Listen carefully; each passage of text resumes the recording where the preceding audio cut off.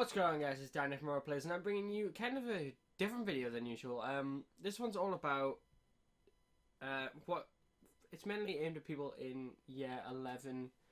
Not really sure if it counts over in America or anywhere, but this is all about people in year 11 who are coming up to the end of their year very soon, and it's all about apprenticeships. It's gonna be some really clickbaity title, which is basically. So I'm basically just going to use the time I've got now is to run through how you get an apprenticeship, why you get an apprenticeship, why you should, and why you shouldn't. The why you shouldn't part's a really small bit. So I was looking all through the internet, and the main things that came up were 10 reasons why you should get an apprenticeship, and I agree with every point that this thing's saying. The first point is earn while you learn. This is, you're getting paid a minimum of £2.68 an hour. Like, basically it's £170 a week. Wait, it can be up to £170 a week. Or it could be £250 a week. Now, it all depends on who your employer is and who you're doing your apprenticeship with. But I currently have been looking for an apprenticeship I've been in 2 interviews the past 2 days. And they're £150 a week. So that's £600 a month. It's a lot over a year.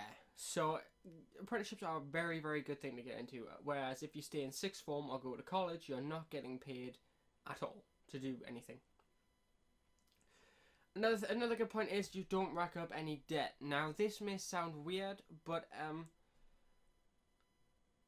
people who start university, I know it sounds really, really far away for some people, but people who start university, by the time they finish their education or they graduate, they're going to owe £60,000 in debt on average, and that's a lot of money. If you're coming out of university and you don't have a job, you have a career in mind, but you're not in it yet, and it's kind of 60 grand is a lot of money you need to pay back. I know people who are 30 now and are still paying back that money.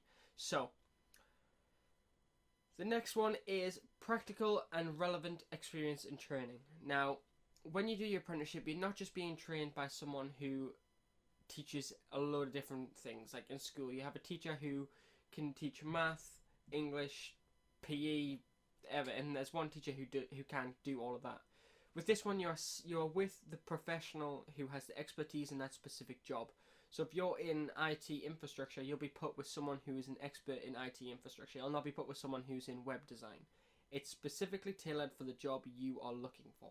So if you apply to do business admin, like I am, you are put in a place where you're with a business admin specialist. So you're not put with someone who does IT work just because you want to do business admin. It's specifically tailored for the interviews you get are specifically tailored to the apprenticeship you want. Sorry for my stutter, it's really hard to do this. Another point is you're not alone. In school, you may feel like you are alone, which is kind of the reason why I'm leaving school, because there's not as much support in school as there is in apprenticeship, because you're working with people who do this on a daily basis. So if you're stuck on something, they're like most of the time right next to you, so you can just turn around and be like, oh, yo, Billy, how do I do this? I don't know why I use Billy for an example, but yeah, Billy could come and help you. But if you're in school, not every teacher's available at that time. Number 5 is build up your CV with relevant experience. Now, if you have a CV from a person who is just finished college, for example, and a person who's just finished an apprenticeship, and the apprenticeship was, say, in IT infrastructure, the job that they're both going for is in IT infrastructure, they're going to pick the person who's had the apprenticeship because they've had an experience in doing IT infrastructure instead of a person who's done IT in college, which covers a broad spectrum of different subjects.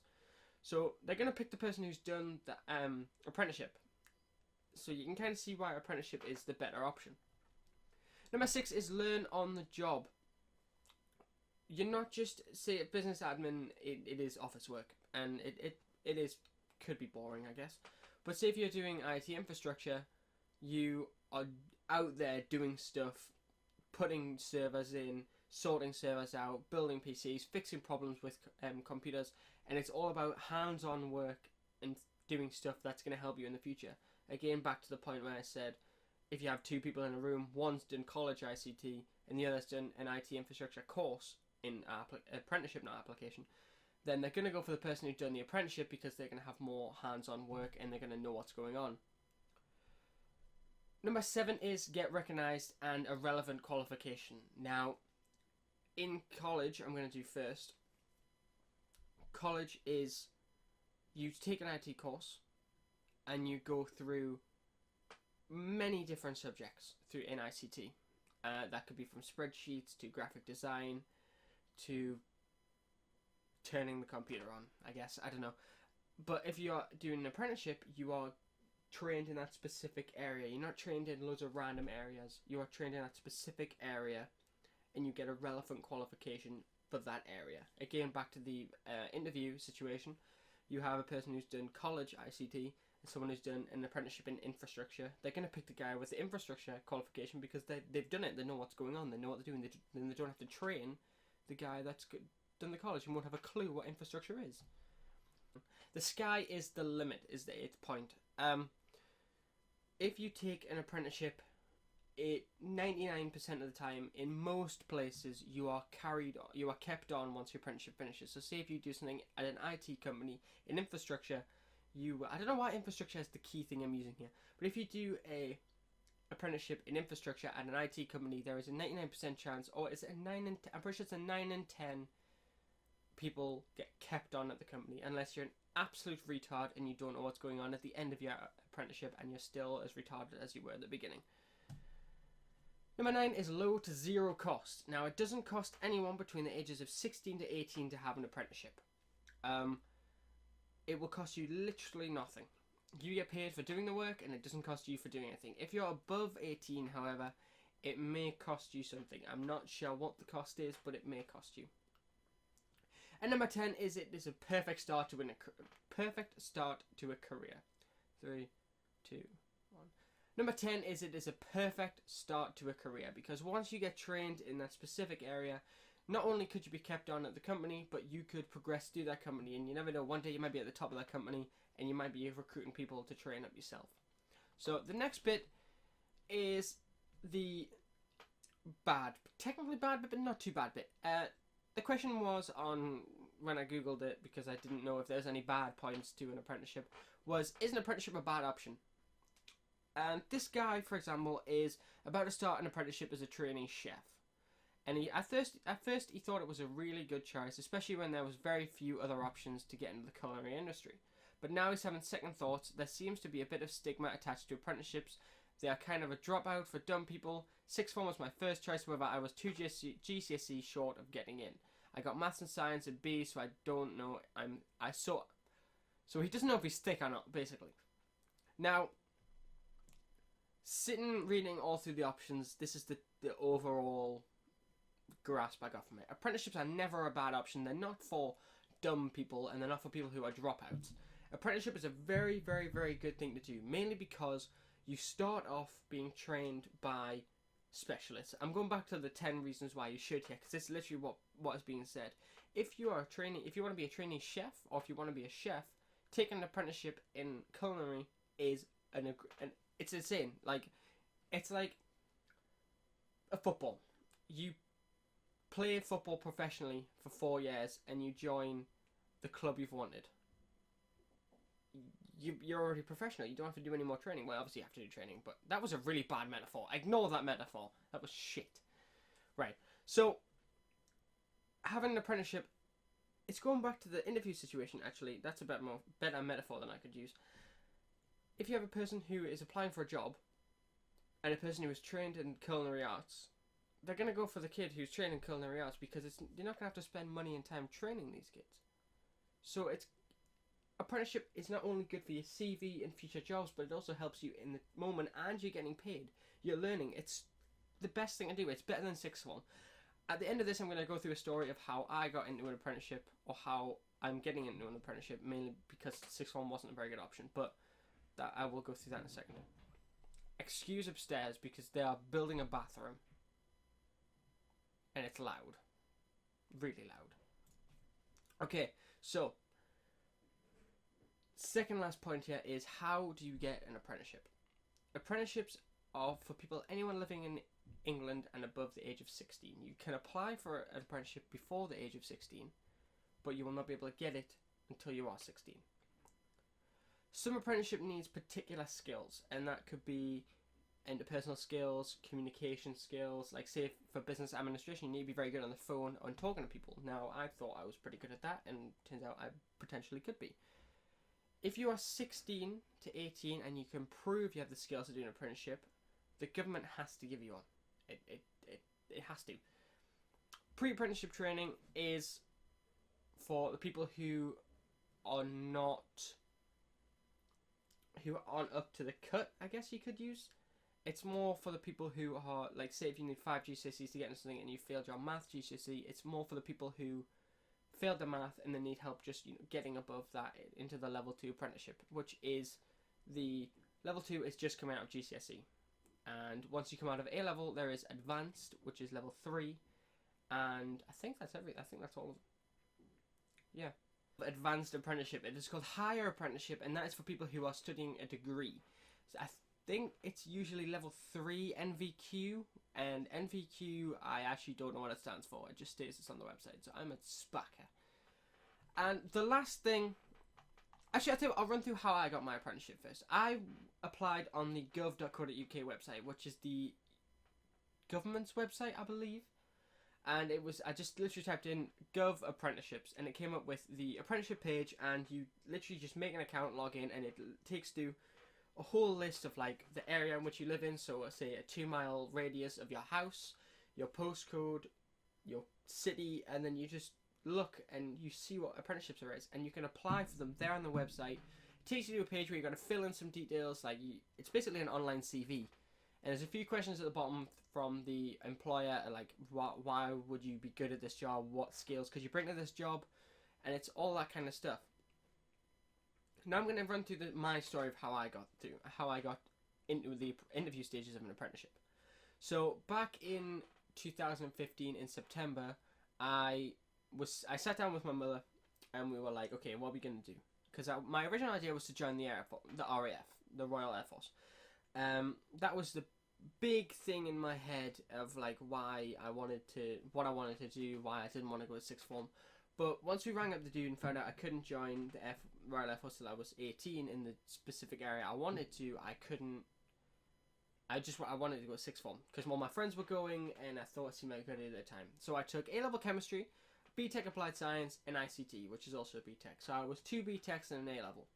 Now, I went through all through up to Christmas. It was perfectly fine, although chemistry was still a bit iffy. Like, I didn't feel confident in chemistry at all, and that was mainly because I was in a class where everyone was like a genius, and I was sitting there just like, yeah, it's 7. I don't really know what's going on, and it was like that for a long period of time, and I didn't really say anything, and I should have said something because I was really stressing out at home why I was such a retard in chemistry. So it came to 2-3 weeks ago. Actually, I'm not sure. I think I was doing YouTube back then. Not back then. I mean, like 2-3 weeks ago, because I've only been here like under a month. So I kind of was a bit like iffy going into this practice exam, and I got a question 3 on that exam, and I had a panic attack. I'm not sure why. I've never had a panic attack before in my entire life, and it was the scariest thing in my entire life. And telling people that I had a panic attack in a chemistry exam was the worst idea I could have possibly ever done, because not only was it scary actually having the panic attack, but then coming out of the hall where we were taking the exam and have people laughing because you had a panic attack was pretty fucking shitty, I'm not gonna lie, because it's some people who you thought were nice people and then end up laughing at you because of something that you had no control of is really shit. Like, it didn't upset me that much, but it was a bit like, okay, thanks, means a lot, buddy, cheers. So that's my reason of leaving the sixth form. There is nothing wrong with the sixth form itself. I'm not going to say the name of the sixth form just in case. But it's a really good school. It is insane, but it was just not for me. So I had a look, and I went to this place called Key Training in Newcastle, and they are absolutely insane people. Like, they are crazy, but they are really nice people. And I remember sitting in there, and the woman goes, "Okay, this isn't for people who want apprenticeships in the next few months. This is for people who want apprenticeships next week. And she was right. Like, I went last Thursday to this apprenticeship place, and I had 2 interviews on Thursday. Like, what is it? Today's Friday. I had 2 interviews yesterday. So I'm not sure if this is going up on a Friday or Saturday, but I had 2 interviews on Thursday. And it was amazing. Like, it was a week beforehand. I was sitting there like, oh, okay, I really want an interview in business admin, blah, blah, blah, blah. And she got me on. There was 5 people on who share the same job over there at Key Training, and I cannot praise the guys enough over there. They are absolutely insane. And I understand this video has not been really, really well created at all, but I do hope it helps some people in choosing an apprenticeship and why you should or why you shouldn't choose an apprenticeship. I personally have no reason why you should not choose an apprenticeship, because to me it is the best idea I've had. Staying on at sixth form or going to college is not what it's cracked up to be, ladies and gentlemen.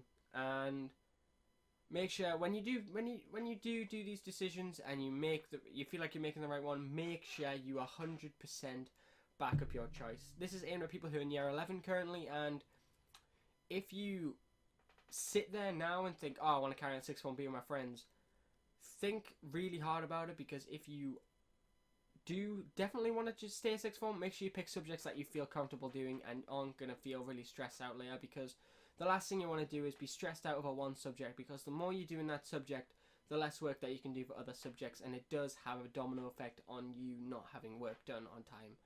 And it's not fun having work that is due in and you're constantly being nagged by teachers, and it's horrible. So make sure when you're choosing what you do after year 11 and your GCSEs, make sure you make the right decision, because it's difficult, I'll give you that. And make sure the things you do are what you feel are the best for you and for everyone else around you. Because if you're upset over you're not doing too well in a certain subject and you're depressed and down, it has its toll on other people as well, because if people see you down, they feel down, and then everyone feels down, everyone's depressed and wants to kill themselves. I'm not saying that's a bad thing, although if you do feel like that, call someone quickly and don't kill yourself. That's bad. Don't kill yourself, ever!